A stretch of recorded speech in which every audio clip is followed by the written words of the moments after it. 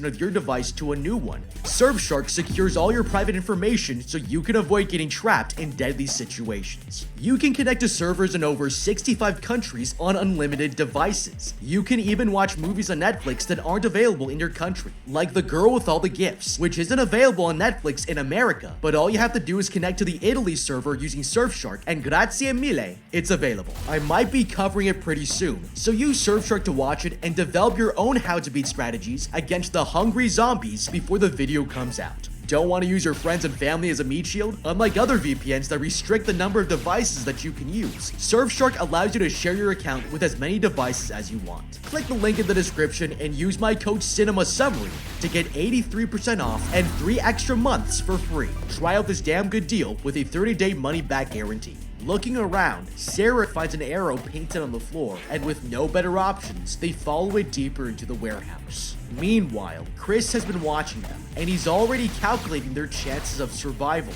All of his friends have gathered together to place their bets, but the winner is not going to be who they think. In the escape room, they discover this strange box in the middle of the room.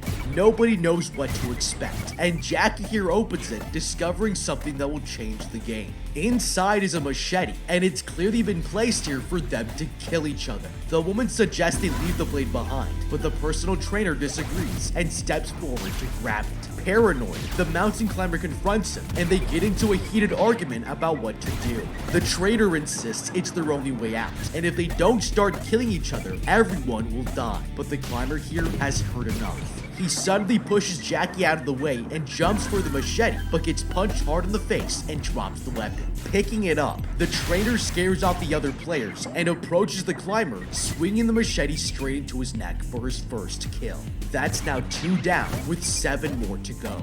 The others quickly run out of the room, and as the trainer calms himself down, he turns to see the tennis player approaching. She tells the man they should team up to kill the others, but that's when they notice Keith here sneaking in the shadows, and he's just overheard everything. Okay, this is getting interesting. We aren't just in a death game, it's also an escape room, and that makes the scenario extremely challenging, because every other player is a threat to our survival, but we can't solve the puzzles without them.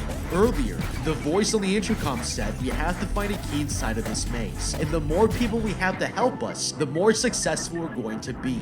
Now, the machete puts this plan at serious risk, because someone like Anton here will want to kill people as soon as possible. We have to get control of this situation quickly, so if it were me, I would try to convince everyone that they're falling right into the death game's trap. We should suggest that the designers want us to eliminate players, making it harder for us to find the key so that nobody will win. This speaks directly to everyone's self-interest in being the last and only person to escape, and it's going to make them think twice before killing someone. I would also acknowledge that eventually this machete is going to be useful as either a weapon or a tool for solving puzzles, and that means we should bring him with us. I'd suggest that the weakest member of the group should hold it, because Sarah here is the least threatening player, and nobody believes she has it in her to kill them. Once everyone agrees that it's in their mutual interest to work together, this is where we can start playing tricks on them. The social dynamic is going to get progressively more tense as the clock counts down, and we need to use this tension to our advantage. The best way to do this is to make sure we take this conflict and focus the negative attention onto a scapegoat. Nothing unites a group stronger than fear, and if we plant this seed early, we can turn it against Anton. He was the most eager to kill, and reminding people of this is going to help us convince everyone that he should be the first person to murder. We can take this strategy one step further and have private conversations with other players to stir up fake drama, giving them each an enemy.